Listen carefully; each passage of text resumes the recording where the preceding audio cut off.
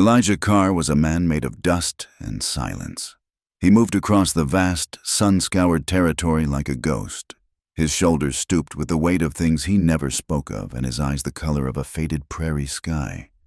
He was not old, but the lines etched around his mouth and at the corners of his eyes told a story of too many suns risen and set on sorrow. His horse, a sturdy buckskin named Anchor, was his only constant companion, and together they drifted from one patch of hard-luck land to another. He wasn't a lawman, nor was he a preacher, but he carried a quiet authority that came from looking into the abyss and not flinching. He wandered with a singular purpose that he himself might not have been able to put into words, to find the places where the world had broken and offer a steady hand to hold the pieces. He offered his back to widows struggling to raise a barn, his rifle to homesteaders facing down claim jumpers, and his last dollar to families burnt out by the relentless greed of the railroad. He asked for nothing in return but a hot meal and the right to be on his way before the sun was high. He was a man running from a debt he felt he could never repay, seeking a kind of redemption in the thankless work of mending other people's lives. The land he traveled was as unforgiving as the men who sought to tame it. It was a place of brutal contrasts, where breathtaking sunsets bled across the horizon while just below, on the cracked and thirsty earth, desperation took root. The trails were little more than dusty veins carved into the plains, baked hard by a sun that offered no mercy. Water was a currency more valuable than gold, and the wind was a constant, mournful voice that whispered through the sparse, skeletal fingers of sagebrush. It was a land that promised freedom but most often delivered isolation. Towns like Hollow Bluff were festering sores on this landscape, settlements that had sprung up on a rumor of silver or a promise of prosperity, only to wither and die when the vein ran dry or the promise proved hollow. These were places populated by ghosts and men who preyed on them, where the only law was the speed of a man's draw and the only justice was the one you took for yourself. Greed was the town religion, and violence was its most common prayer. Elijah had seen a dozen towns like it, places where hope had come to die, and he felt the familiar ache of weariness settle into his bones as he rode down its one and only street. He had come to Hollow Bluff for the dead. A letter, 6 months old and passed through 3 different hands, had finally found him, bearing the news that the last of the Abernathy family had succumbed to the fever. Jedediah Abernathy had been a good man, a friend from a lifetime ago, and Elijah felt it was his duty to see him and his kin properly buried.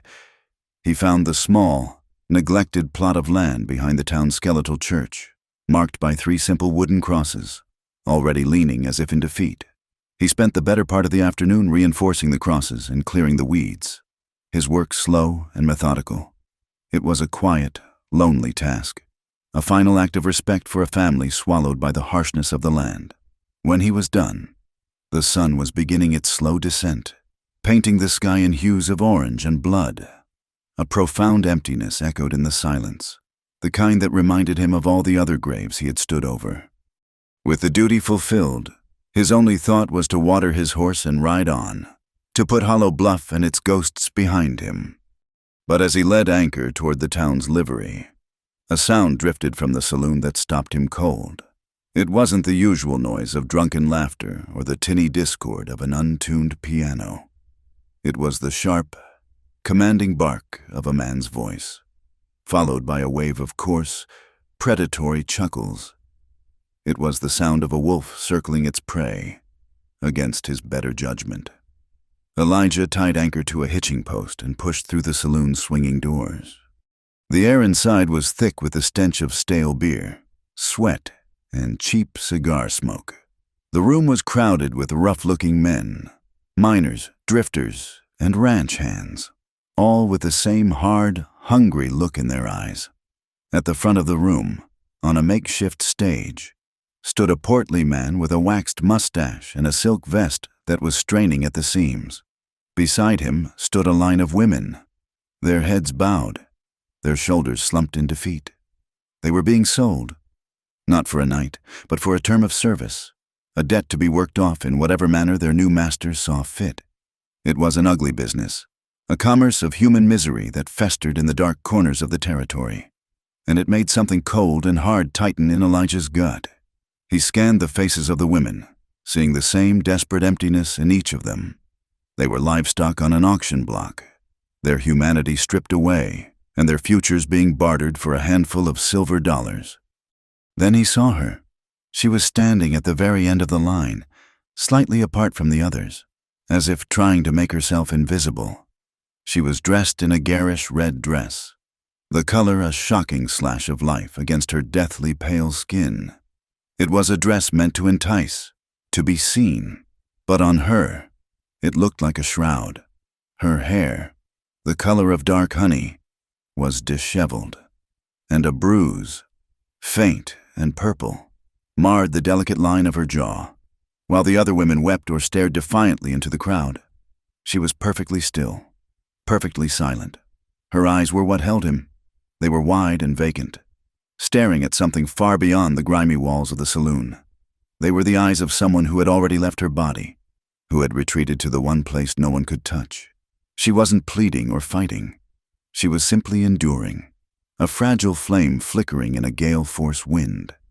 And in that profound, soul-deep silence, Elijah heard a scream louder than any sound he had ever known. The sadness emanating from her was not a wave, but a deep, still ocean, and he felt as if he were drowning in it. It hit him not like a fist, but like a bullet to the heart, a clean, sharp entry that took his breath away. The auctioneer, whose name was Silas Croft, was working his way down the line. "Now this one," he boomed, gesturing to a woman with fiery red hair and a defiant glare. "A bit of a spitfire, but I guarantee she'll warm your bed and mend your socks with equal passion. Who'll start the bidding at $20? The bidding was brisk and vulgar. Men shouted numbers, their voices thick with drink and desire. Elijah watched, his face an impassive mask, his hand resting loosely on the worn grip of his Colt. He felt a cold rage building inside him, a familiar fire that he had spent years trying to smother. He had seen too much of this, too much of the strong preying on the weak, too much of the world's casual cruelty. Finally, Croft reached the woman in the red dress. "And last, gentlemen, we have Clara, a bit on the quiet side, but a real beauty, isn't she? Plucked from a fine home, so she knows her letters and her manners. A true lady, fallen on hard times. What am I bid for this delicate flower?" A man in the front row, his face florid with drink, called out, $10 for the quiet one." Another man laughed. "I'll give you 12. Silas, maybe I can teach her to make a bit more noise." The room erupted in laughter. Clara didn't flinch. She just stood there, a statue of sorrow in a blood-red dress. Elijah had never acted on impulse. His life was a carefully constructed fortress of deliberation and caution. But as the laughter washed over the silent woman, something inside him broke. He saw a flash of another face, another time, another failure. Before he could stop himself, he was moving forward, his worn boots silent on the dusty floorboards. He stepped into the small clearing in front of the stage. Every eye in the room turned to him, his worn duster, his dust-caked hat, and the quiet intensity in his gaze marked him as an outsider. $100, he said. His voice was not loud, but it cut through the din like a razor. The room fell silent. Silas Croft blinked, his professional smile faltering for a moment. 100, sir, that's a generous bid. Do I hear 105? The drunken man in the front row scoffed. $100 for that half-dead thing? He's crazy. Elijah's gaze did not waver.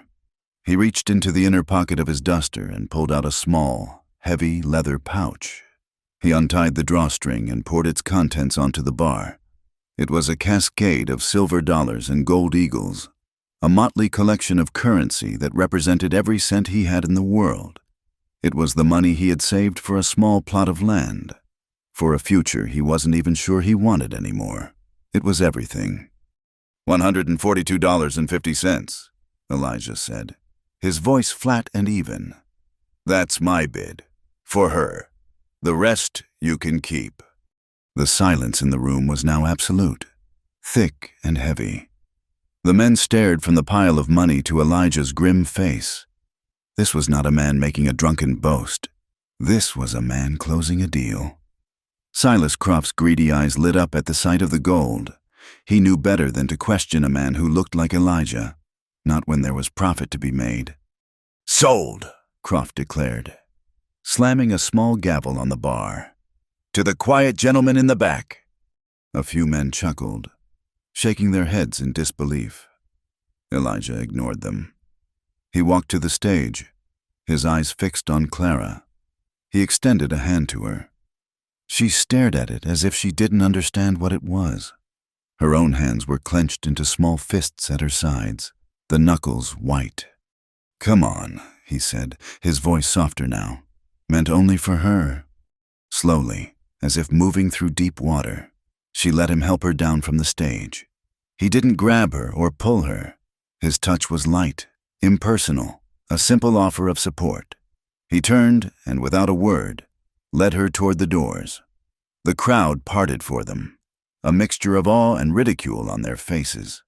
As he pushed the swinging doors open, a man called out, "You paid a high price for that one.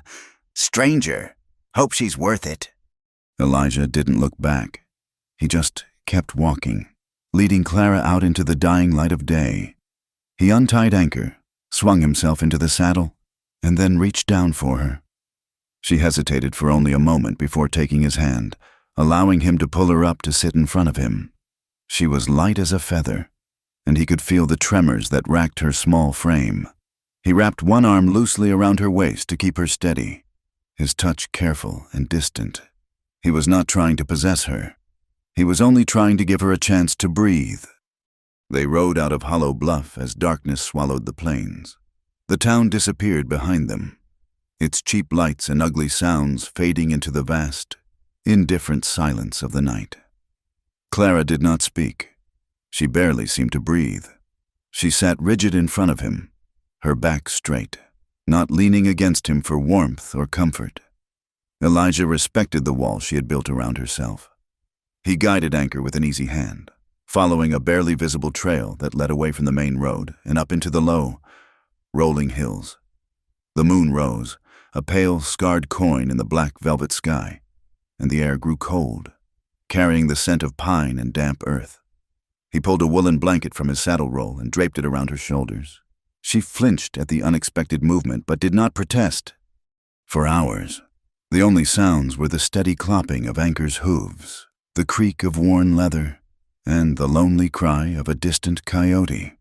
Elijah felt the weariness of the day settle deep into his muscles, but he kept riding, wanting to put as much distance as possible between them and the town that had tried to consume her. He wasn't sure what he was going to do with her. He had acted on an instinct, a raw, protective urge that had overridden all logic.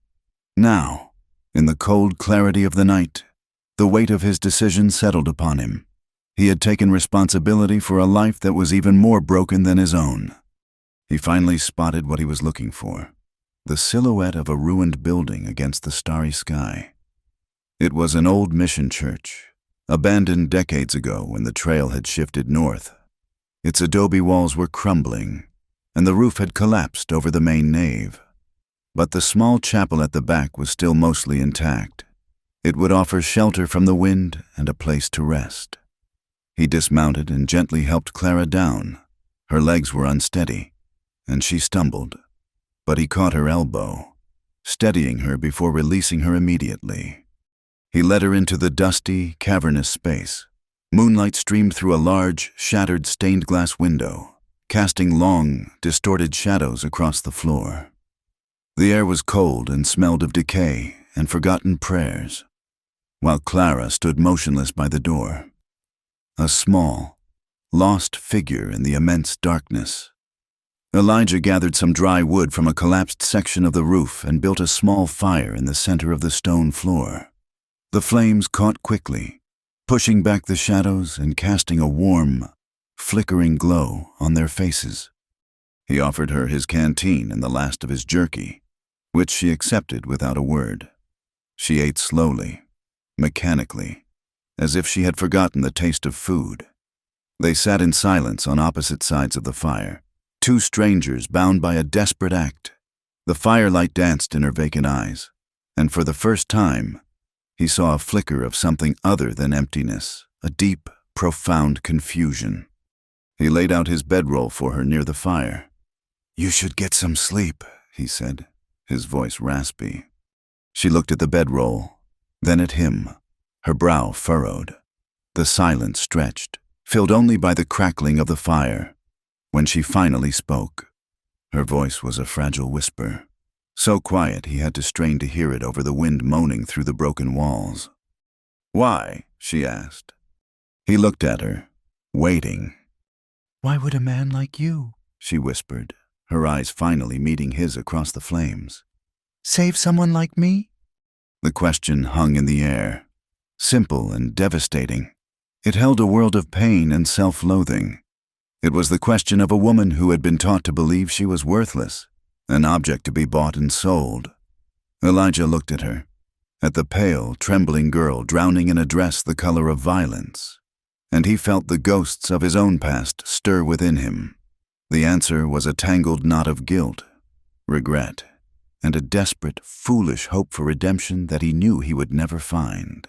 It was an answer he could not give because he did not fully understand it himself. He said nothing. He simply held her gaze for a long moment, letting the silence be his reply. Then he turned, walked to the far wall of the chapel, and sat down with his back against the cold stone, his rifle resting across his knees. He watched as she finally lay down on the bedroll, curling into a tight ball, as if trying to protect herself from the world. The single candle he had lit and placed on a nearby stone guttered in the draft, its small flame a defiant speck of light in the overwhelming darkness. He watched as her breathing deepened and her eyes finally fluttered closed. And as she slept, Elijah Carr kept his vigil, the lone cowboy staying until the candle died. The journey into the mountains was a slow, arduous climb, away from the flat, broken heart of the plains. They rode for 2 days, speaking little. Elijah seemed to know the land intimately, guiding Anchor through winding game trails and across shallow, stone-choked creeks that would have been invisible to an unfamiliar eye. The air grew thinner, cleaner, carrying the sharp, medicinal scent of pine. For Clara, the world remained a blur of movement seen from a cage of trauma. She ate when Elijah handed her food, drank when he passed her the canteen, and slept a dead, dreamless sleep when he made camp. She existed, but she was not yet living. Finally, nestled in a small, sheltered valley where the wind seemed to soften its voice, they came upon the cabin. It was a simple, sturdy structure of hewn logs, chinked with mud and stone, with a field stone chimney that stood like a silent sentinel at one end. A weathered porch sagged slightly, and the windows were dark, vacant eyes staring out at the wilderness. It was a place that had been lived in, loved, and then left behind. The silence here was different from the silence of the plains. It was deeper, more profound, a silence of ancient trees and enduring stone. Elijah dismounted and helped her down, his hands dropping away the instant her feet were on the ground. "My brother, Samuel, built this place," he said, his voice quiet, as if not to disturb the ghosts. "He's gone now." He offered no more explanation. He pushed open the heavy plank door, and a wave of cold, musty air washed over them. "You can stay here till spring. No one will find you." He had offered her a refuge, but for Clara, safety was a foreign country she had forgotten how to enter. The first few weeks were a painful, silent dance of avoidance. The cabin was small, and his presence was a constant, looming reality. She lived in a state of high alert, a rabbit frozen in the presence of a wolf, even a wolf that meant her no harm. Any sudden movement, any unexpected sound, would make her flinch. A touch was unbearable. Once, he passed her a tin plate of stew, and their fingers brushed for a fraction of a second. She recoiled as if burned, dropping the plate with a clatter. its contents spilling across the dusty floorboards. She stared at the mess, her body trembling, her breath coming in ragged gasps. Elijah didn't say a word. He didn't admonish her or try to comfort her. He simply took a rag, cleaned the floor, and prepared her another plate, setting it on the table and stepping back so she could retrieve it herself. From then on, he was meticulous about giving her space, leaving things for her to find rather than handing them to her, announcing his presence when he entered the cabin with a soft clearing of his throat. He offered her food, warmth, and the healing balm of his silence. Her nights were filled with terrors that the daylight hours kept at bay. Muffled whimpers would escape her lips as she slept by the hearth, her body thrashing in the grip of nightmares she could never recall upon waking.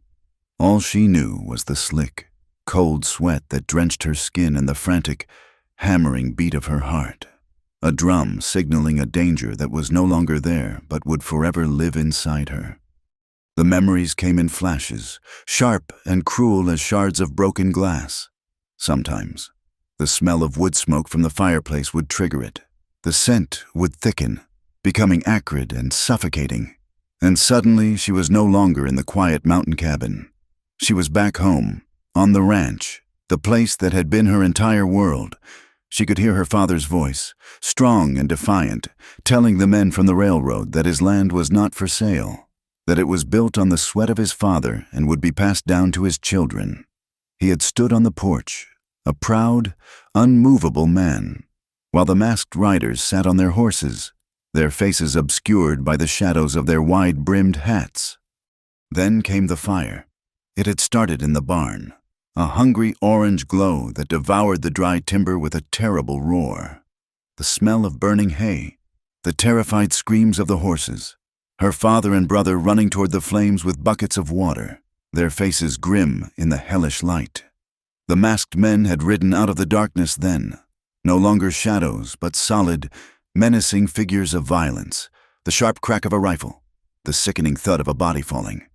Her mother's scream, a sound that had torn the night in two. Rough hands grabbing her, a dirty cloth stuffed in her mouth, stifling her cries. The last thing she saw of her home was the image of it being swallowed by flames, a funeral pyre for her entire life.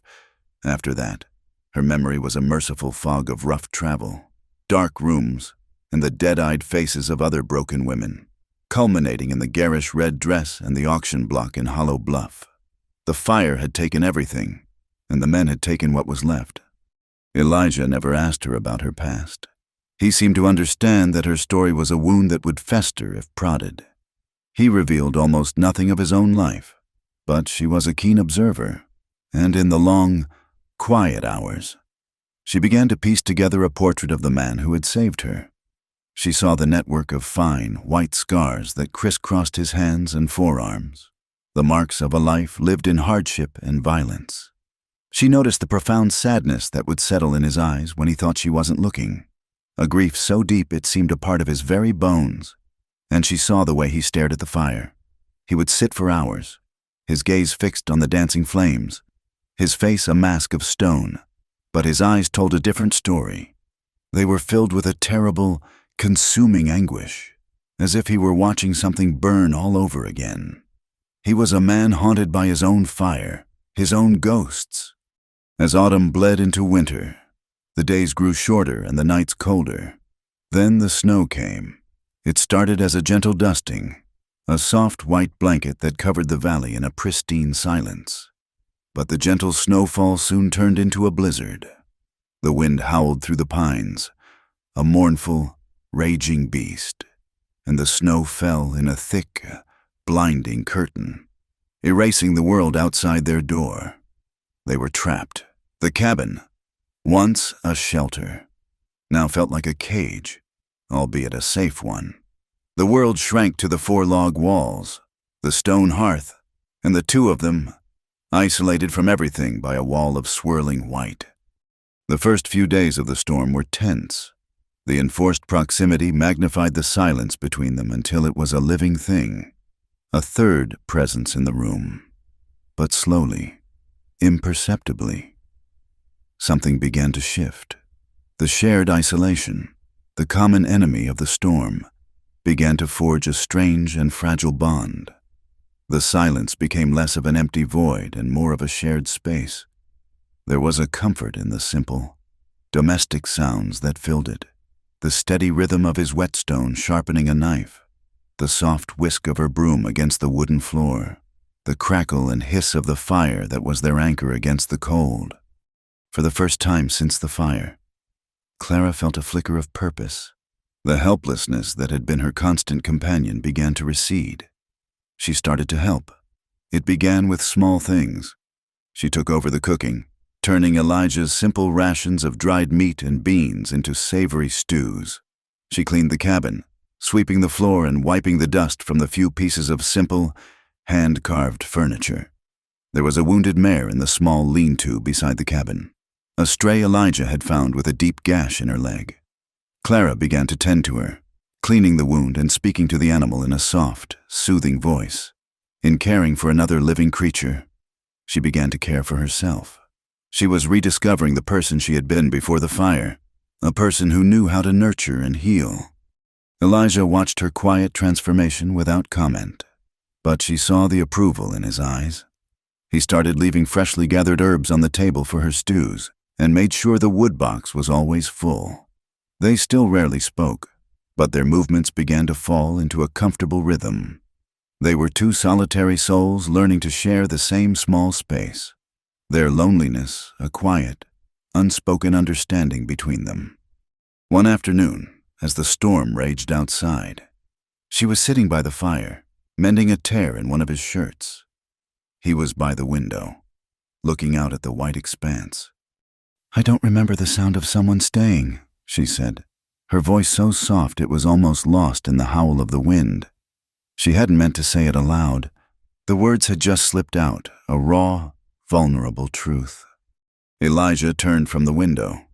He looked at her, his expression unreadable. He didn't offer any false reassurances or easy platitudes. He simply nodded, a small, almost imperceptible acknowledgement that he had heard her, that he understood. And in that simple gesture, she felt a profound sense of connection, a feeling she had thought was lost to her forever. The blizzard lasted for nearly a week. On the final night, it returned with a renewed fury. The wind shrieked like a banshee, rattling the door in its frame and shaking the very logs of the cabin. They had 2 candles burning, their small flames casting long, dancing shadows on the walls. Clara was on her bedroll by the fire, pretending to be asleep, while Elijah sat in his usual spot across the room, cleaning his rifle. Suddenly, a violent gust of wind slammed against the cabin, and the heavy door, its leather latch worn and frayed, burst open. The wind and snow exploded into the room, a chaotic whirlwind of white and black. The 2 candles were instantly extinguished, plunging the cabin into an absolute, disorienting darkness. A raw, primal fear seized Clara. The sudden chaos, the roaring wind, the biting cold, the suffocating blackness. It was the night of the fire all over again. Her breath caught in her throat, and a strangled sob escaped her lips. She scrambled into a sitting position, her heart pounding against her ribs like a trapped bird. She was alone in the dark, and the monsters were coming. She heard Elijah move, a dark shape against the swirling snow in the doorway. He fought against the wind, his silhouette a bulwark against the storm, and managed to force the heavy door shut, ramming a wooden wedge into place to secure it. The roar of the wind was muffled, but the darkness remained. It was a thick, oppressive blackness, filled with her terror. "It's all right," Elijah's voice came out of the dark, low and steady. "Just the wind." But it wasn't all right. She was trembling uncontrollably, her teeth chattering from a cold that came from deep within. She wrapped her arms around herself, trying to hold her splintering world together. The silence that had once been a comfort was now filled with the ghosts of her past. "Don't want to wake up alone," she whispered, the words torn from the deepest, most terrified part of her soul. It was not a request. It was a prayer. She heard him move in the darkness, his soft footfalls approaching. She braced herself, expecting him to leave, to retreat to his side of the room and leave her to her demons. Instead, he stopped a few feet from her bedroll. She heard the soft sound of him settling onto the floor, his back resting against the stone of the hearth. He wasn't touching her. He wasn't even close enough for her to feel his warmth, but he was there, a solid, silent presence in the terrifying dark. He had heard her prayer. He did not light another candle. He simply sat there, a quiet guardian, while the storm raged outside and the storm inside her slowly began to subside. He stayed by her side without touching her, and for the first time since the fire, Clara did not feel alone in the dark. The sound of someone staying was the sound of his quiet breathing, a steady rhythm that anchored her to the present and kept the ghosts at bay. And in that shared darkness, she finally, truly, began to heal. Spring arrived not as a gentle guest, but as a slow, determined force, breaking the long siege of winter. The first sign was the sound of dripping water, a steady, rhythmic tapping from the eaves of the cabin, a sound Clara had not realized she had missed. Then came the shrinking of the snow, the gradual uncovering of the frozen earth. Patches of dark, damp soil appeared like wounds on the white landscape, and soon after, the first tender shoots of green pushed their way toward the light. The creek, long silenced by ice, began to whisper again, its voice growing to a steady murmur as the meltwater fed its current. The world outside was thawing, and with it, something frozen deep inside Clara began to soften and stir. The oppressive silence of their shared confinement gave way to a new kind of quiet, one that was no longer heavy with unspoken fear, but pregnant with an unacknowledged tenderness. The space between them, once a chasm she was afraid to cross, had become a charged field of awareness. She knew where he was in the small cabin at all times, not from fear, but from a strange and compelling gravity. She was aware of the cadence of his breathing as he slept, the soft thud of his boots on the porch, the way the morning light caught the gray at his temples. He moved with a quiet economy, a man who wasted no motion and no words. And she found herself mapping the familiar geography of his presence. Elijah, in turn, watched the subtle changes in her. He saw the fear recede from her eyes, replaced by a guarded curiosity. He saw the return of color to her cheeks and the way she no longer flinched from her own shadow. He had given her a sanctuary, and now he felt an unfamiliar and unsettling sense of responsibility for the fragile life that was blooming within its walls. His wandering spirit, the restless part of him that always sought the next horizon, grew quiet. The thought of spring, once a promise of release, now felt like a looming deadline, an ending he was not ready to face.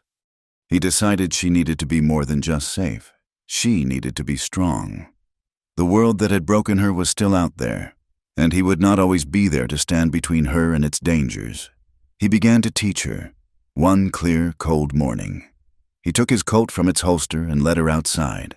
The pistol felt heavy and alien in her hands, a cold, brutal piece of machinery.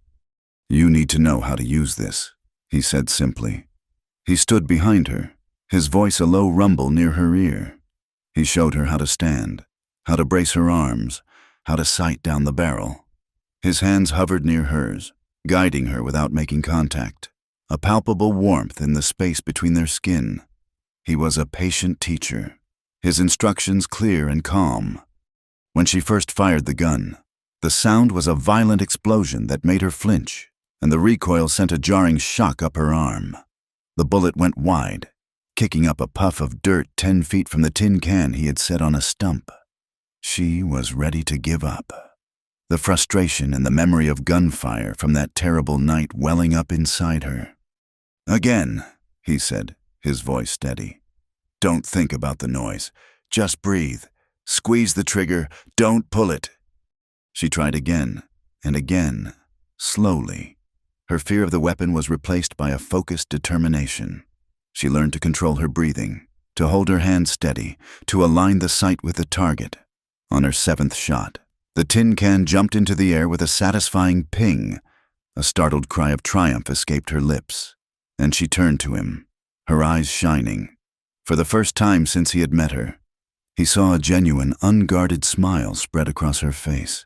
It transformed her, chasing the last of the shadows from her eyes. The sight of it hit him with an unexpected force, a warmth that spread through his chest and made it difficult to breathe. He gave her a small, tight nod of approval, but his heart was hammering against his ribs. After that, a laugh was no longer such a stranger to her. It was a quiet, breathy sound at first, but it was real. He taught her how to track, showing her the subtle signs of a passing deer in a broken twig or a faint hoofprint in the mud. They walked for hours through the thawing woods, and he would point out the edible plants, the ones that could heal, and the ones that could kill. He was giving her the knowledge of the mountains, the tools for survival. He was teaching her how to be alone, even as the thought of her leaving became a dull ache in his chest. One night, he returned late from a long ride, checking the perimeter of the valley, a habit born of a lifetime of caution. He pushed the cabin door open silently. The only light came from the soft, flickering glow of the fire, and then he saw her. She was standing in the middle of the room, wearing his heavy, fleece-lined duster. It swallowed her small frame, the sleeves hanging down well past her hands, the hem pooling around her feet. Her back was to him. He watched as she slowly turned, looking at her reflection in the dark glass of the window pane. A small, secret smile touched her lips. It was not the bright, triumphant smile she had worn when she hit the can, but something softer, more intimate. In that moment, she was not just wearing his coat.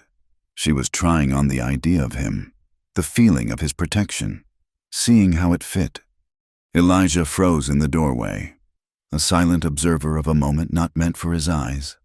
A powerful wave of emotion washed over him, a fierce, protective tenderness so intense it almost brought him to his knees. He wanted to go to her, to wrap his arms around her in the coat that was his, to tell her she would never need to be afraid again. But he knew that to do so would be to shatter the fragile trust they had built.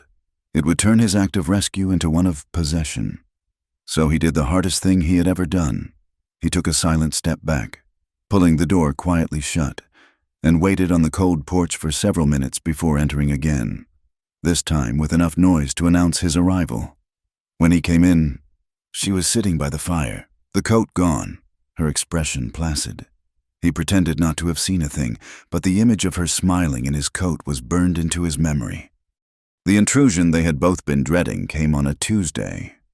A rider appeared at the edge of the valley, a grizzled old prospector named Jedediah Stone, who lived a hermit's life 10 miles to the north. Elijah had known him for years. Jedediah rode in on a tired-looking mule, his face a mask of grim worry. He accepted a cup of coffee but refused to sit. "Bad news, Elijah," he said, his eyes flicking nervously toward Clara, who stood silently in the shadows near the hearth. "The railroad bought up the title to this whole section. They got some legal paper from back east that says it's all theirs." Elijah's body went rigid.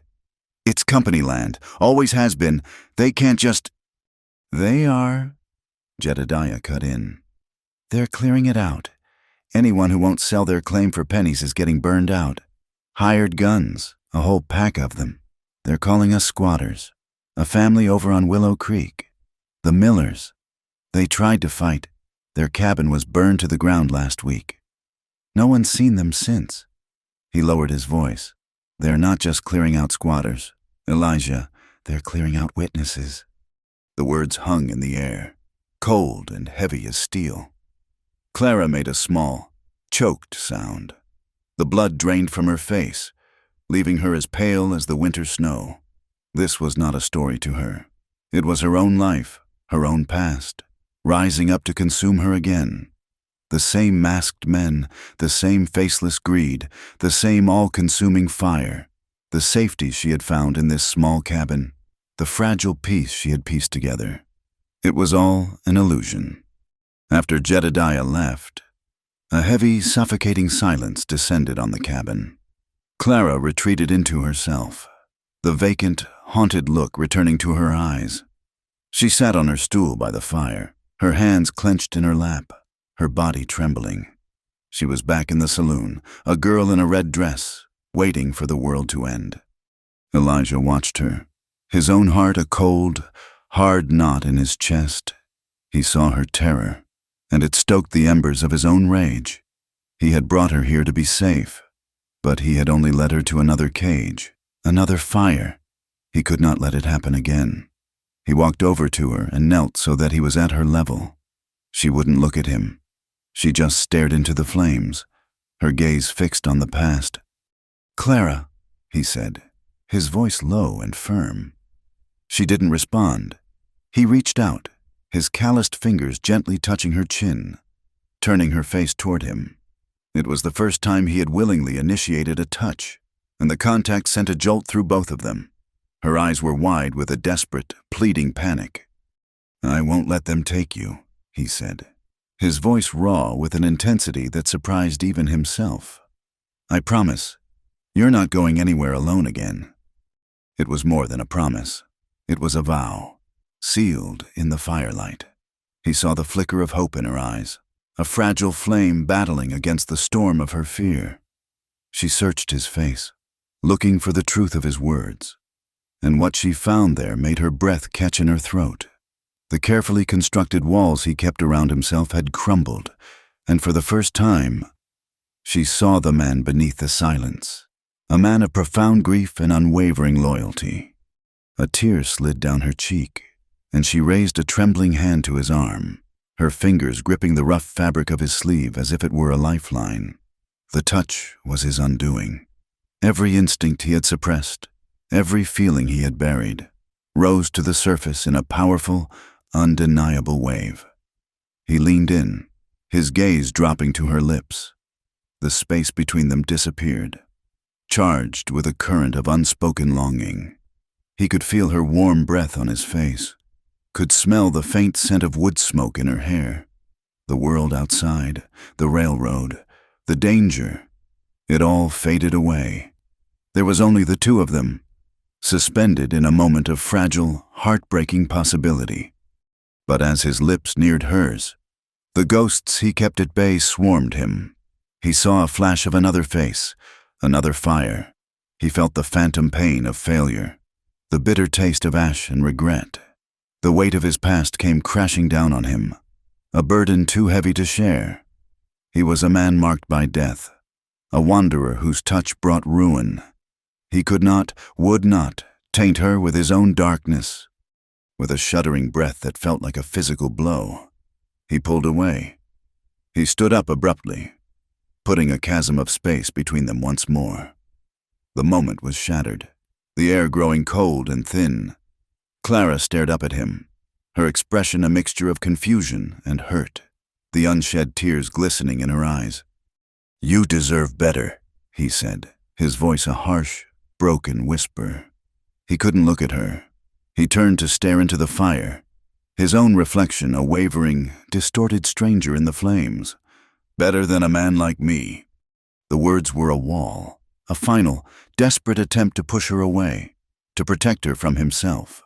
But Clara was no longer the silent, broken girl he had found in Hollow Bluff.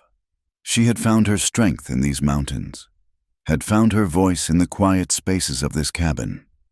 She stood up, her small frame filled with a newfound resolve. "Why?" she asked, her voice quiet but clear, cutting through his self-loathing. "What did you do? What makes you believe you're so unworthy?" He did not turn. He did not answer.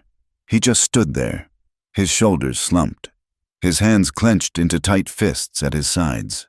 The firelight danced across his face, illuminating the deep lines of his sorrow, and in the depths of his eyes, Clara saw them, the ghosts of his past, swirling like smoke, their silent screams the only answer he could give.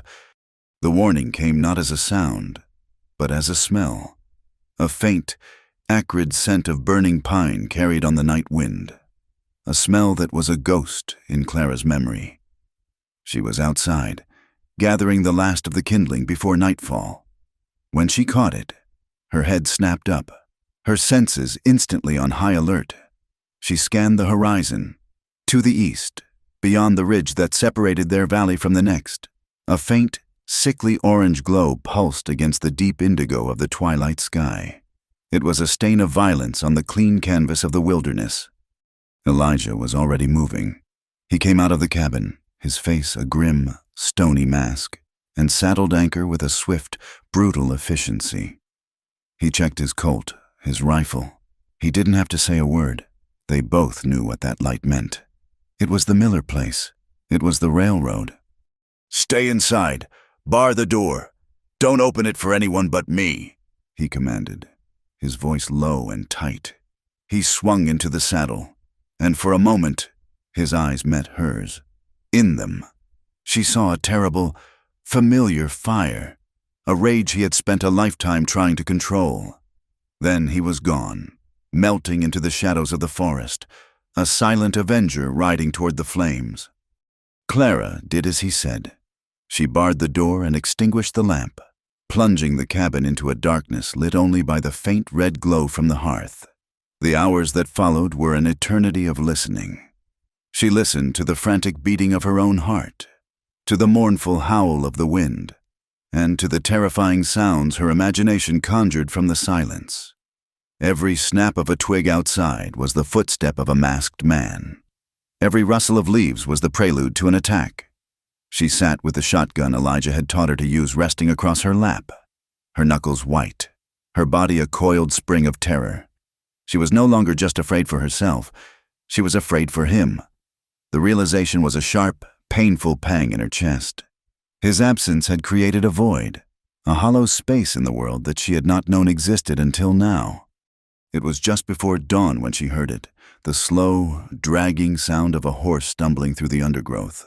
She rushed to the window, peering through a crack in the shutters.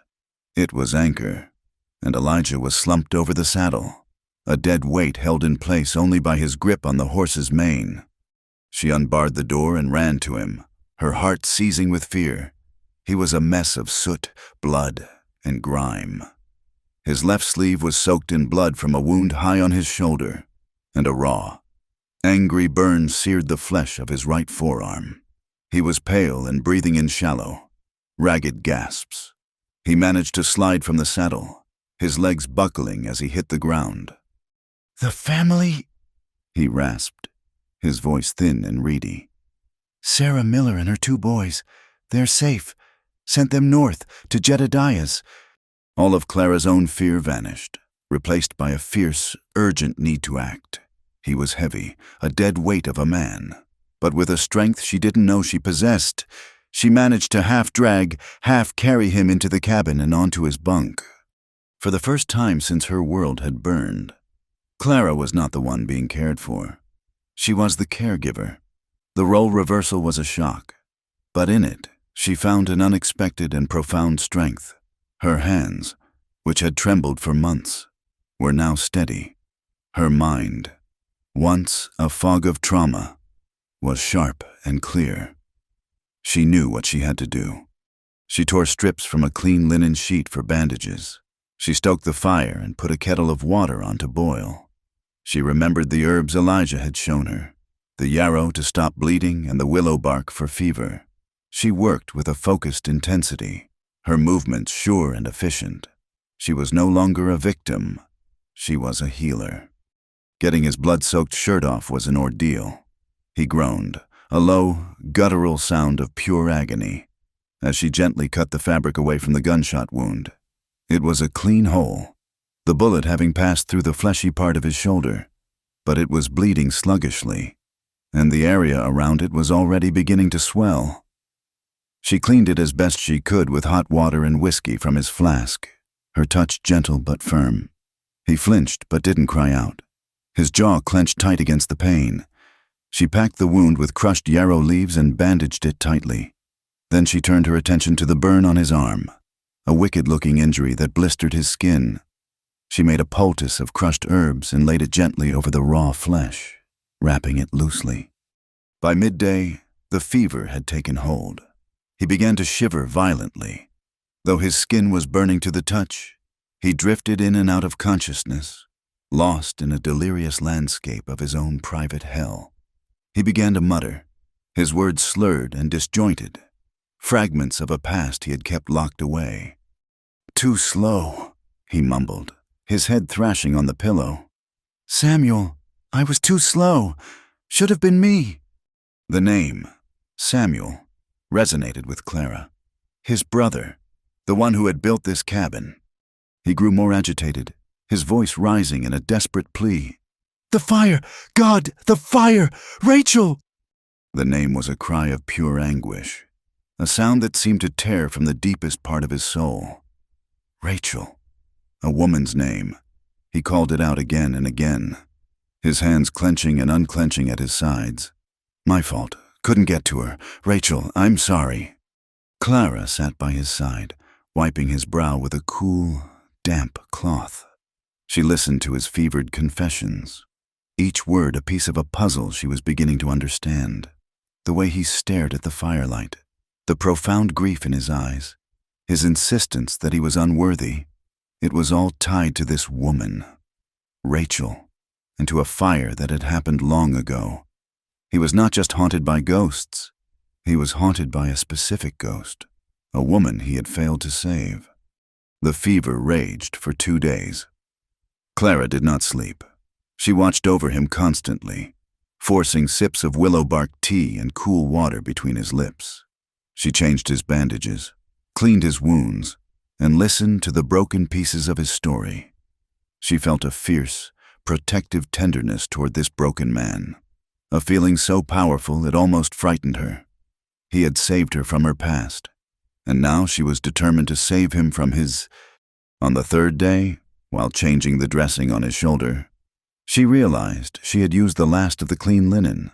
She remembered seeing him put a small, locked wooden box into the chest at the foot of his bunk when they first arrived.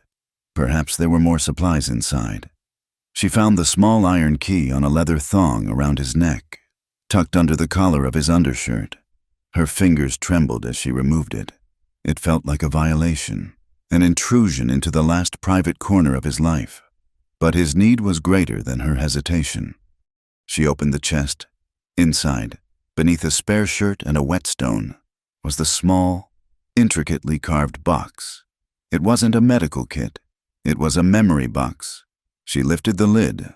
On top lay a small, worn Bible, its pages thin and fragile, and beneath it was a single, faded photograph, its corners soft with time. She picked it up with reverent hands. It was a portrait of 3 people, stiff and serious for the camera, yet with an undeniable light in their eyes.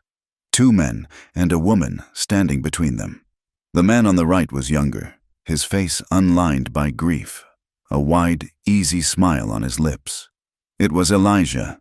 The man on the left had the same strong jaw and clear eyes. It had to be his brother, Samuel. The woman between them was beautiful, with dark, kind eyes and a gentle smile that seemed to be aimed directly at Elijah. Her hand rested on Samuel's arm, but her body was angled slightly, almost imperceptibly, toward Elijah. Clara's breath caught in her throat. This was Rachel. She knew it with an unshakable certainty.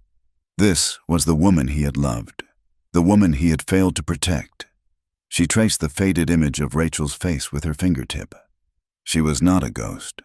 She had been real. She had been loved. Clara looked from the smiling woman in the photograph to the broken man sleeping in the bunk. The puzzle was complete. The guilt that drove him, the walls he built around his heart, the fierce, desperate need to save others. It was all penance for this one. Catastrophic failure. She carefully placed the photograph back in the box, closed the lid, and put the key back around his neck. She had seen his soul, and she knew she could not unsee it. His fever broke that night. He woke just after midnight, his eyes clear for the first time in days. He was weak and pale, but he was lucid.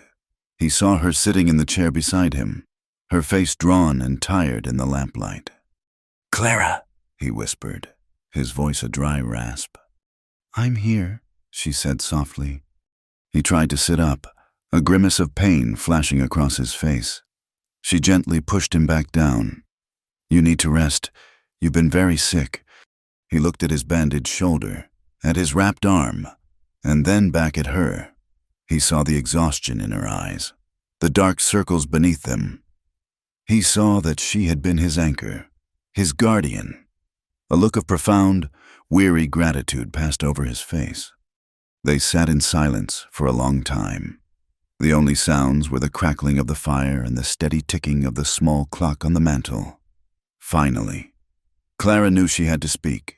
The truth lay between them now, a living thing. It could not be ignored. "Elijah," she began, her voice steady. "You talked in your fever. You said some names." He closed his eyes, a muscle twitching in his jaw. He knew what was coming. "You said Samuel," she continued. "and you said Rachel." His eyes remained shut, but she saw a single tear escape from the corner and trace a path through the grime on his temple. "Tell me about her," Clara said. It was not a demand, but a gentle plea. "Please." He was silent for so long she thought he would not answer. When he finally spoke, his voice was a low, broken thing, the sound of a man confessing his sins at the end of the world. "Rachel was my brother's wife," he began, his eyes still closed, as if he were watching a movie on the inside of his eyelids. "But I loved her. I think I loved her from the first moment Samuel brought her home. I never said a word. Of course, she was my brother's wife, but she knew, and I think, in her own way, she felt something for me, too." He took a ragged breath. "We had a small ranch down south of here. Good land. We were happy, but the railroad wanted it. They wanted to put the track right through our valley. We wouldn't sell. Samuel was proud, stubborn. He said we'd fight." He paused, the memory too painful to rush. "They came at night, a dozen of them, masked men, just like the ones who, just like yours. They set the barn on fire first, to draw us out. Samuel ran out. I was right behind him." His voice cracked, thick with unshed tears. "They shot him down before he even cleared the porch. I froze, just for a second, but a second was all it took.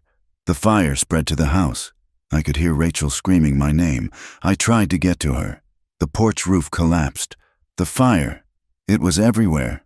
He opened his eyes, and they were filled with a terrible, self-loathing agony. "I was too slow, too afraid. I ran. I saved myself, and I left her in the fire." He finally looked at Clara, his gaze raw and pleading, begging for an absolution she could not give. "I've been wandering ever since, trying to find a way to pay for it, for what I did, for what I didn't do." Clara listened, her heart aching for him, for the young man in the photograph who had lost everything.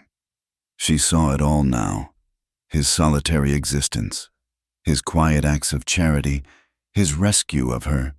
It was all a desperate attempt to balance the scales of his own soul. "And you think buying me fixes it?" she asked, her voice barely a whisper. The question was not an accusation. It was a moment of pure, painful clarity. He flinched as if she had struck him. He looked at her, his defenses stripped away, leaving only the raw, wounded heart of the man. "No," he said, his voice thick with emotion. "Nothing can fix it. Nothing can bring her back." He looked away, toward the dying embers in the hearth. "But staying until the candles die, maybe it's something." The confession hung in the air between them, a fragile, trembling truth.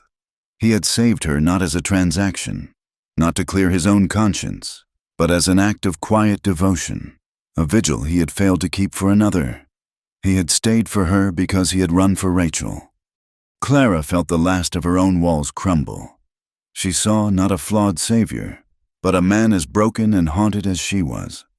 They were two survivors, scarred by the same fire. She reached out and gently touched his unshaven cheek. He leaned into her touch, his eyes fluttering closed, a shuddering breath escaping his lips. Slowly, she leaned in, her gaze never leaving his. He met her halfway, his uninjured arm coming up to gently cup the back of her neck. Their lips met. It was not a kiss of passion, or of lust, or even of romance. It was a kiss of shared sorrow, of profound understanding. It was fragile, hesitant, and trembling with the weight of all their unspoken pain. But in that small, quiet space, in the dim light of the cabin, surrounded by the ghosts of their pasts, it was real, and it was a beginning. The decision to return to Hollow Bluff was made in the quiet, fragile light of a new morning. Elijah was still weak, his arm in a sling, but the fever was gone, and the truth, raw and painful, now lay between them. It was Clara who spoke of it first, her voice soft but resolute as she looked out at the valley that had been her sanctuary. "He can't get away with it," she said.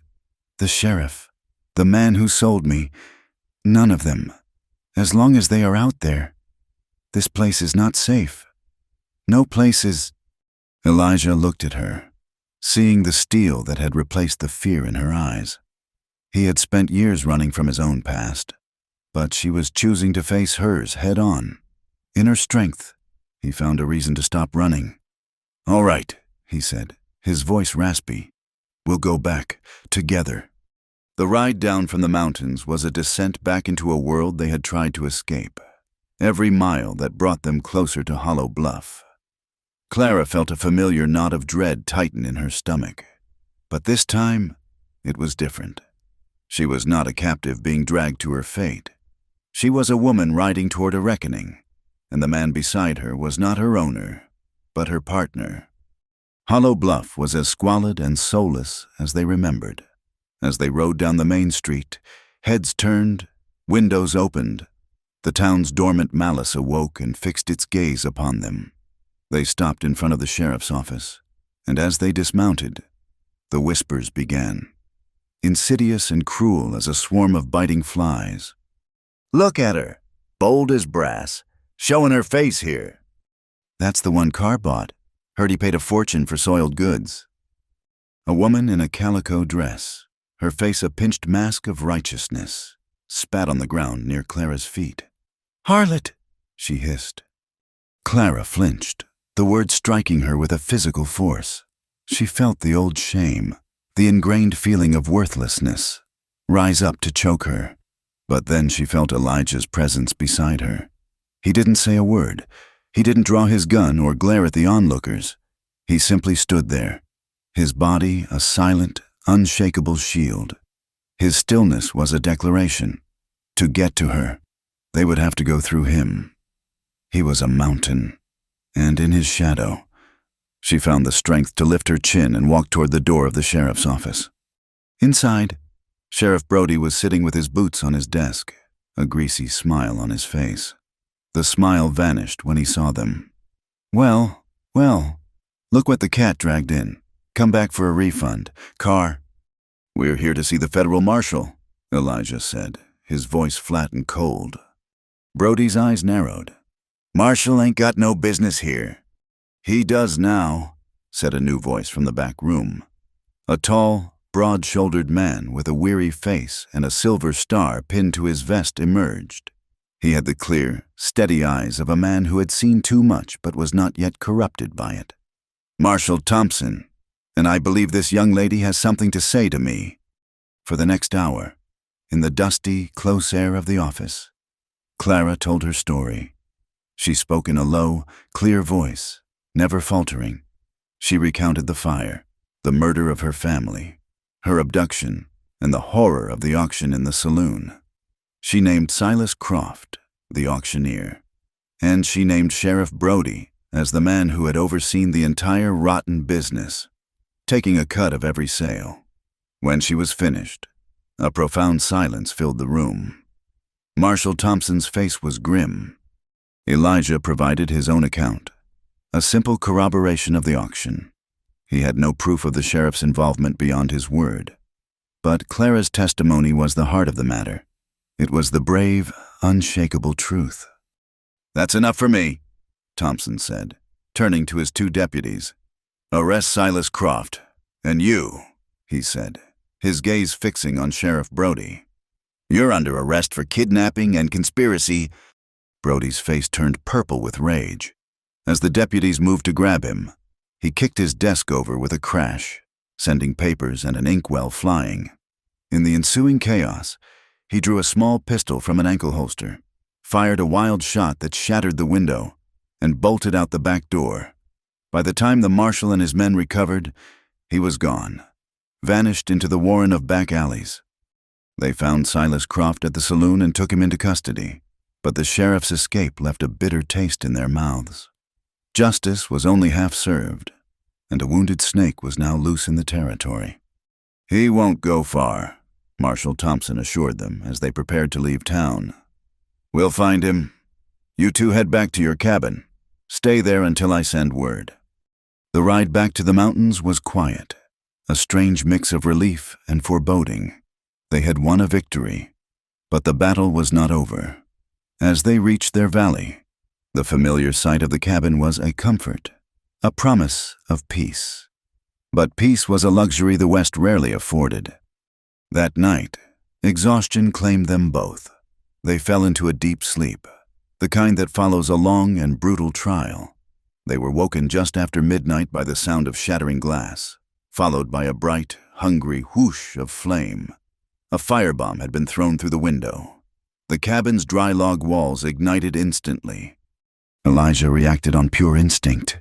He threw himself over Clara, shielding her body from the blast of heat and the spray of glass, his own back taking the brunt of the force. Flames licked up the walls, devouring their small sanctuary. Smoke, thick and black, filled the room, choking them. "We have to get out!" Elijah yelled, pulling her from the bunk. They scrambled for the door, the heat searing their skin. But as they reached the threshold, Clara heard a sound that stopped her cold, the high, terrified scream of the mare, trapped in the lean-to which was now beginning to burn. "The mare!" she cried. "Leave her! There's no time!" Elijah pulled at her arm, trying to drag her to safety. But she wrenched free. In that moment, she was not thinking of her own safety. She thought of the gentle creature she had nursed back to health, another innocent life about to be consumed by fire. She could not let it happen. Ignoring Elijah's desperate shouts, she ran toward the lean-to. She fumbled with the latch, the hot wood burning her fingers. She finally got the gate open and slapped the mare's flank, sending the terrified animal galloping out into the night.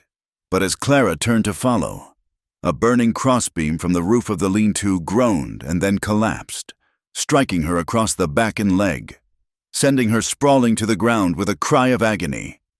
Elijah was there in an instant, dragging her from the collapsing structure just as the roof caved in completely. He carried her away from the inferno, his face a mask of terror and desperation. He laid her down in the soft grass a safe distance away and watched as the fire consumed everything they had built, the flames reaching for the starry sky like greedy, grasping fingers. Their home, their sanctuary, was gone, reduced to a roaring funeral pyre. He knelt beside her, his hands running over her, checking for injuries. Her leg was twisted at an unnatural angle, and a dark, angry burn was already blistering on her shoulder. Pain and shock had rendered her pale and trembling. He looked at her, at the ruins of their home, and at the vast, indifferent darkness around them, and he felt the familiar, crushing weight of failure. He had promised her she would be safe. He had promised. Tears streamed down Clara's face, tears of pain, of fear, of loss. She grabbed the front of his shirt, her fists clenching the smoky fabric. She looked into his eyes, her own gaze wild with a grief so profound it seemed to tear her apart. "Don't leave me," she sobbed, the words ripped from her soul. "Please, Elijah, don't you dare leave me again." She clung to him, her body racked with tremors. "I don't want to survive without you." Her words shattered the last of his defenses. This was not the plea of a victim for her protector. It was the desperate cry of a woman who had found a reason to live and was terrified of losing it. It was a confession of love, forged in fire and fear. He gathered her into his arms, holding her tight against his chest, burying his face in her smoke-scented hair. "I'm not going anywhere," he whispered, his own voice thick with emotion. I'm here. I'm right here. He carried her to a small, sheltered overhang of rock at the edge of the valley, a place they had discovered while tracking deer. He laid her down gently on a bed of soft pine needles and tended to her injuries as best he could in the flickering, distant light of their burning home. He splinted her leg with branches and his own belt. He cooled her burn with water from his canteen. His touch was tender, reverent. The world had been burned away, leaving only the two of them, stripped bare of everything but their shared pain and their desperate, clinging need for each other. She reached up and touched his face, her fingers tracing the grim lines of his mouth. He leaned into her touch, his eyes closing. The air between them was thick with unspoken words, with a raw, aching vulnerability. He lowered his head to hers, and she met his kiss with a fierce, desperate hunger. This was not the fragile, hesitant kiss of their first confession. This was a kiss of survival, a defiant affirmation of life in the face of death. It was a raw, broken thing, filled with the taste of ash and tears. In the cold, pre-dawn darkness, with the embers of their home still glowing in the distance, they made love. It was not an act of lust, but of broken devotion. It was a frantic, desperate clinging, two scarred and shattered souls trying to piece each other back together. They moved with a raw, silent urgency, as if the world could catch fire and burn again tomorrow. And this one, perfect, painful moment was all they would ever have.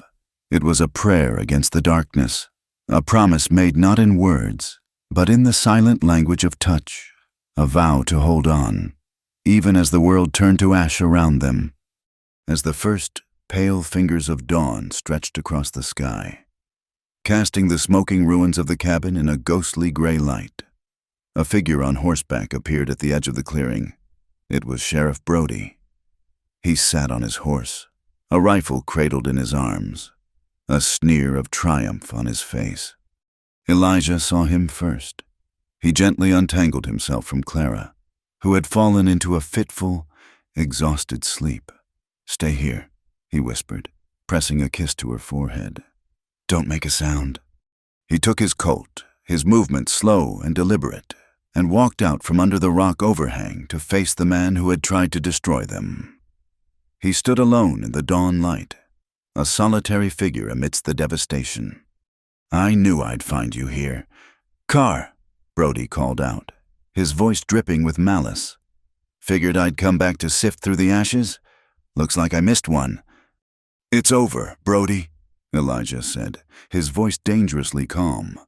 "The marshal knows everything." "The marshal ain't here," Brody sneered, raising his rifle. "But I'm gonna finish what I started. After I'm done with you, I'm gonna take my time with her. See if she's worth what you paid." A cold, lethal rage settled over Elijah. He said nothing more. The time for words was over. His hand hovered over the butt of his Colt. The world seemed to fall silent. There was only the cold morning air, the two men, and the 50 yards of scorched earth that lay between them. Brody's smirk widened. His finger tightened on the trigger of his rifle. But before he could fire, another sound split the dawn. Not the crack of a rifle, but the deep, deafening boom of a shotgun. Sheriff Brody's eyes went wide with shock. A dark, spreading stain appeared on his chest. He swayed in the saddle for a moment, a look of stunned disbelief on his face, before toppling to the ground like a sack of grain. Elijah whirled around. Clara was there, at the edge of the rock overhang. She had dragged herself forward, her face pale with pain and effort. In her hands, she held the shotgun he had taught her to use, its barrel still smoking. She had fired the final shot. He stared at her, at the woman leaning against the rock, her jaw set, her eyes clear and fierce. He was no longer looking at the trembling, silent victim he had pulled from a saloon in Hollow Bluff.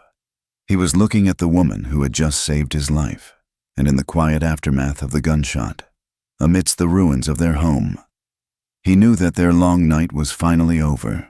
The sun was rising. The sharp, final boom of the shotgun echoed through the valley. a sound of punctuation at the end of a long and bloody sentence. For a moment, the world held its breath. The only movement was the lazy curl of smoke from the shotgun's barrel and the slow, steady rise of smoke from the smoldering ruins of their home. Elijah stared, his mind struggling to reconcile the image before him. Clara, pale and trembling but upright, propped against a rock, a weapon of righteous fury in her hands. The vacant-eyed girl from the saloon was gone, burned away in the fires of the last 12 hours. In her place stood a woman made of iron and grief. He ran to her, his heart a wild drum against his ribs. He gently took the heavy shotgun from her hands, and the strength that had held her up seemed to drain away. She sagged against him, her body finally succumbing to the pain and the shock. He half carried her back to the shelter of the rock overhang, his mind a whirlwind of fear, awe, and a love so fierce it was a physical pain in his chest. There was no question of running. The time for that was over. They had to face what had been done. Together. He tended to her leg as best he could, splinting it more securely, his hands gentle on her injured skin. Then, using timbers salvaged from the wreckage, he fashioned a crude travois. He hitched it to anchor and carefully settled Clara onto the bed of pine boughs and blankets. The journey back to Hollow Bluff was a slow, agonizing procession. With every jolt, a fresh wave of pain washed over Clara's face, but she never once cried out. She just watched him as he walked ahead, leading the horse, his shoulders set and his gaze fixed on the town that lay waiting for them. They didn't find the body. Someone else had. By the time they reached the edge of town, a small crowd had gathered around the spot where Sheriff Brody lay in the dust. Marshal Thompson was already there, his face a grim mask. He looked up as Elijah and Clara approached, his gaze taking in the travois, Clara's splinted leg, and the raw exhaustion etched onto both their faces. "I was just about to send a deputy up to your place," the marshal said, his voice low. He gestured toward the body. "Found him about an hour ago." Clara pushed herself up on one elbow. Her voice was weak but clear, carrying in the sudden hush that had fallen over the crowd. "I shot him," she said. A collective gasp went through the onlookers. The whispers started again, this time laced with a morbid, excited fear. Elijah stepped forward, placing himself between Clara and the marshal, between her and the prying eyes of the town. "No," he said, his voice a low, commanding rumble. "I shot him. Brody came for us, burned our cabin. He was going to kill her. I shot him." Marshal Thompson looked from Elijah's determined face to Clara's defiant one. He saw the sling on Elijah's arm, the burn on Clara's shoulder, the splint on her leg. He looked at the smoking ruin on the distant ridge, a clear signal of the night's violence. He was a man of the law, but he was also a man of the West, and he understood that justice on the frontier was often a rough and bloody affair, carved out with lead and fire rather than gavels and law books. He walked over to the travois and knelt beside Clara, his voice soft enough that only she and Elijah could hear. "Ma'am, did you shoot this man?" Clara met his gaze without flinching. "He burned our home. He was going to kill Elijah. He would have done worse to me. Yes, I shot him." The marshal nodded slowly, a long, weary sigh escaping his lips. He stood up and turned to face Elijah. "Your cabin burned, you say, and Brody was there?" "He threw the firebomb himself," Elijah said. Thompson looked back at the body, then at his deputies. "Well," he said, his voice loud enough for the whole crowd to hear now, "it seems to me that a known fugitive, resisting arrest, was killed while committing another felony. The case is closed." He looked directly at Elijah, his eyes conveying a silent, weary understanding. "Justice has been done." He turned to the gawking townspeople. "Go on home. There's nothing more to see here." The crowd dispersed, grumbling, their thirst for a hanging unquenched. The marshal had, with a few carefully chosen words, wiped the slate clean. He knew the truth, But he also knew that the truth was not always the same as the law. They stayed in town for a week while a doctor set Clara's leg. They took a room at the boarding house, and every day was a fresh trial. The people of Hollow Bluff no longer looked at her with pity or contempt, but with a fearful awe. She was the woman who had been bought and sold, the woman who had returned and killed the sheriff. She was a ghost, a legend, a pariah. The whispers followed her everywhere she went, a constant, rustling reminder of what she had endured and what she had done.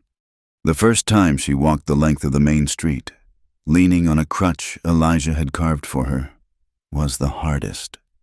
She could feel their eyes on her, could hear the muttered words, but she did not lower her gaze. She looked straight ahead, her head held high, her back straight. She had survived the fire, survived the auction, survived the vengeance of a cruel man. She would not be broken by the whispers of small-minded people. Elijah walked beside her, a silent, steady presence. He did not glower at the townspeople or challenge them. He simply walked with her, his presence a quiet testament to their bond, a silent dare for anyone to cast the first stone, and no one did. When her leg was strong enough to travel, they returned to the mountains. The sight of the blackened, skeletal remains of the cabin was a punch to the gut. It was a grave marker for the brief, fragile peace they had found. They stood there for a long time, in the ruins of their sanctuary, the silence filled with the ghosts of what had been. It was Elijah who broke the silence. He turned to her, his face etched with a familiar, deep-seated pain. "Clara," he began, his voice heavy with a sorrow that went far beyond the loss of the cabin. "You're free now. Brody is gone. The railroad won't trouble you again. The marshal will see to that. You're free." She looked at him, confused. "I know." He took a deep breath, the words costing him more than she could ever know. "You're free of me, too. You can start over, go somewhere new, find a good life. You deserve that. A life of peace, without all this." He gestured vaguely at the ruins, but she knew he meant more. He meant the violence, the running, the ghosts. He meant himself. "I'm leaving," he said, the words a death sentence to the hope that had taken root in his heart. "I'll ride west, go somewhere far, where my past can't cast its shadow on you. A man like me, I bring fire. Clara, I always have. I won't see you burn again because of me." He believed he was offering her the greatest gift he had left to give, his absence. He was trying to protect her, to save her from the ruin that he believed was his destiny. He saw himself as a curse, a man doomed to repeat the failures of his past, and he loved her too much to drag her down with him. He expected her to cry, to protest, perhaps even to be relieved. He did not expect the quiet, unshakable strength in her eyes as she looked at him. She took a step closer, wincing as she put weight on her injured leg, and reached out to lay a hand on his arm. She looked into his soul, past the guilt and the grief, and saw the man who had stayed in the dark for her. "Don't want to wake up alone anymore," she said. The sentence was not a plea. It was not a cry of fear. It was a statement of fact, a declaration of intent, a choice. It was the same sentence she had whispered in the terror of a storm-racked night. But now it held a different meaning. It was not about surviving the darkness. It was about choosing who to face it with. The words struck him with the force of a physical blow, dismantling the fortress of his self-loathing brick by painful brick. He stared at her, the woman who had faced down her own demons and then his, and felt the restless, wandering part of his soul finally come to a halt. They rebuilt. It was slow, hard work. Jedediah Stone rode down from the north to help, bringing his mule laden with tools. The Miller family, safe and sound, came and offered their hands. A community of survivors, a small family forged in fire and loss. They raised the cabin from its own ashes. It was not the same as before. The logs were newer, the hearth was wider, and the windows were larger, letting in more light. It was not Samuel's cabin anymore. It was theirs. Months passed. The seasons turned. Spring returned to the valley, this time as a gentle promise. The scars on their bodies faded, and the scars on their souls began to mend. The silence between them was no longer a space to be filled, but a comfort to be shared. It was a language of its own, rich with understanding and a deep, abiding love. One evening, they sat before the hearth, just as they had done so many times before. A handful of candles, placed around the room, burned low, their flames casting a warm, gentle glow. Outside, the wind howled its lonely song across the high plains, a reminder of the harsh world that lay just beyond their door. But inside, there was only warmth and a profound, bone-deep peace. Clara leaned against him, her head resting on his good shoulder, their arms touching. The firelight danced across their faces, illuminating the new lines of laughter around her eyes and the quiet contentment that had settled, at long last. In his, Elijah turned his head slightly and looked at her, his heart full. He reached out and touched her hand, his thumb gently stroking her knuckles. His voice was a low whisper, a final seeking of an assurance he desperately needed. "You sure?" She lifted her head and looked into his eyes. There was no hesitation, no doubt. She knew the darkness would come again. Life was not a promise of endless light. There would be other storms, other fires, other fears, but she would not be facing them alone. She nodded, a small, certain movement. "I want to stay," she said, her voice soft but unbreakable, "even when it gets dark." He brought her hand to his lips and pressed a gentle kiss to her palm, a silent acceptance of her vow and a sealing of his own. Outside, the wind howled across the vast, unforgiving land. Inside, the last candle flickered, its small, defiant flame holding back the night. The Cowboy stays. Thank you for joining us on this journey through the heart of the Old West. Let us know in the comments where you are listening from, and be sure to subscribe to the From Wild West channel to share your thoughts and connect with fellow story lovers.